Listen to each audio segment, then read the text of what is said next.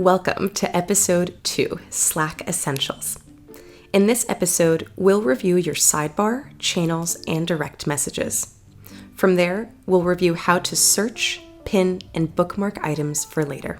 Here's where we are in the exclusive NWS Chat 2.0 video series. This is episode 2.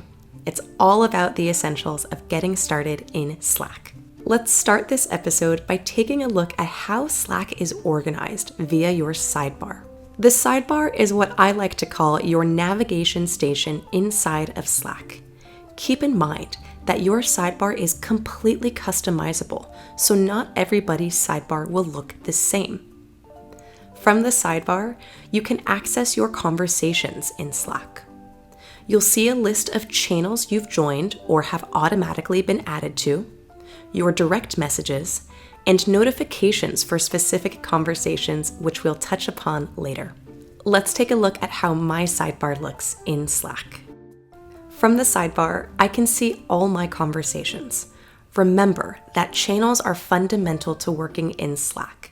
They bring the right people and information together in one place and make it possible to organize and communicate around a common purpose, like a weather event or forecast for a specific area. Channels are where you'll spend most of your time. If I click into my WFO Kansas City channel, I can scroll through to see historic communication around a weather event. If I'd like to add to the conversation, I can lean on my message bar at the bottom of my Slack screen. Now that you understand how Slack is organized, next we'll review how to navigate between conversations. Remember, channels are really the heart and soul of Slack. Instead of siloed communication amongst yourselves and the weather service via phone, email, and so on, we're leaning on Slack to ensure everything is centralized in one place. A channel is similar to a room in legacy NWS Chat. There are two main types of channels. Public channels are open for anyone to join or find via search, and they are visually indicated with a hashtag icon. For sensitive or confidential conversations, you can use private channels. Only those who are invited can view the channel or find its contents in search. These are visually indicated with a lock icon. So any channels that are public in NWS Chat 2.0 are searchable and viewable by partners and weather service employees. Any channels that are private are locked down to the people who are in that channel. If a private channel exists and you are not a member, you won't be able to search for it, you can't see the name, you won't even know it exists. Lastly, you cannot create public or private channels. If you have any issues around channel membership or access, I'll show you where to get help in our final resources video. In your sidebar under channels, you will also see a section for direct messages. A direct message is a PM in legacy NWS Chat and is used for one-off communication outside of a channel. You might lean on a direct message to communicate with one or a few people privately.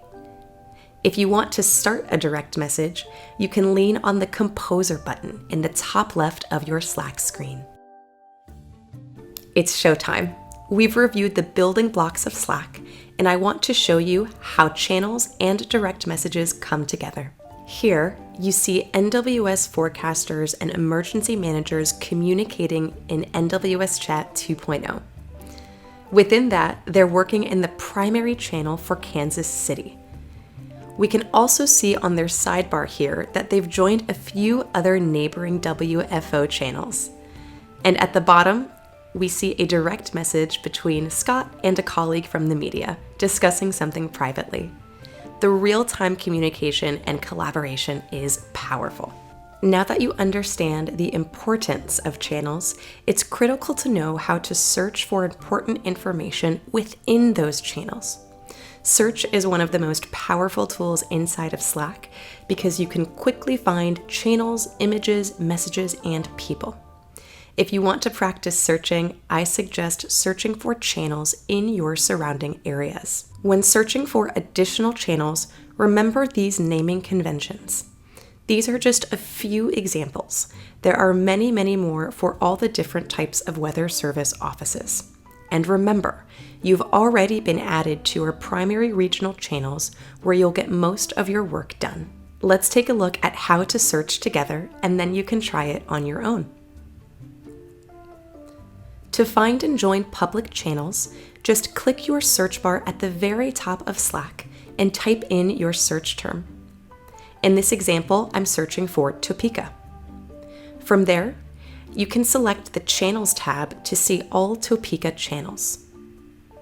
You're welcome to click and scroll through and view the channel without joining, or you can click to join the channel if you'd like it to remain on your sidebar for easy access. You must join a channel before contributing to the conversation here in the message field. Take a second to pause this video now and search for one or a few channels in your surrounding area.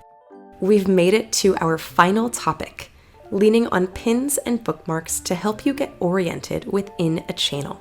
Pinned messages and bookmarked hyperlinks contain key information that people might want to revisit, and they live at the very top of a channel. I tend to think of this area as a treasure chest, full of important information.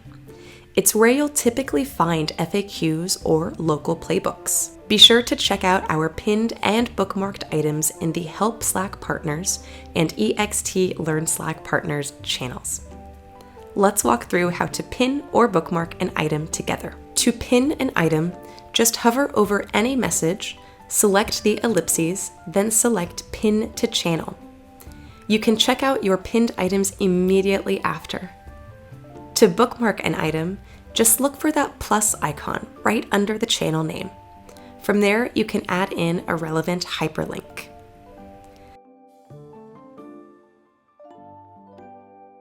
My last tip to help get you oriented in channel is to click the members icon in the top right to view members of the channel. If you're ever curious about who your audience is in a channel, you can take a look at the members right there in the top right. Before we wrap up, I have some quick bonus information to share with you about two newer features, huddles and clips. These will really shift the way you work. A huddle is like a Slack call that you can make from right within a channel or direct message. Huddles are super lightweight and great for a quick chat. You can communicate with just audio, or you can turn your video on too. To start a huddle or join a huddle, you'll toggle on the huddle button in the bottom left of your screen. When a huddle is open, any member of the channel or direct message can come and go as they please, and anyone present can share their screen. My favorite part is that you can start or join a huddle right from your mobile device. These are great for those scenarios where talking is easier than typing. And lastly, you can also communicate by posting a Slack clip. This is a video that you can record natively right from Slack. This is great if you want to share live footage during a weather event or communicate a forecast update and speak to it. A video message works just like any other Slack message. People will be able to react to it and respond to it in real time. In order to utilize this Clips feature, head into your Composer window and find options to record a video. Or record audio only. It's as simple as that. And if you want to upload a photo, select the attachments icon. And if you just want to stick to typing, formatting your messages makes them clear. And Slack offers some great options here to make it quick and easy. So give the formatting bar, highlighted here, a try. And while you're at it, here's a pro tip. To create line breaks, press the Shift plus Return keys to jump to a new line without sending your message. We've covered a lot of great content in this episode. Our 3 takeaways are: first, take some time to get familiar with your sidebar and all the channels you've been added to. Next, use channels more than direct messages, especially public channels. Why? Because public channels are visible to anyone in NWS Chat 2.0. That openness and visibility allows people to review or communicate information in real time. And finally, search first and search often. Take some time to explore neighboring weather offices in your area. Be sure to join us in the next episode where we take a deep dive into channel best practices. I'll see you there.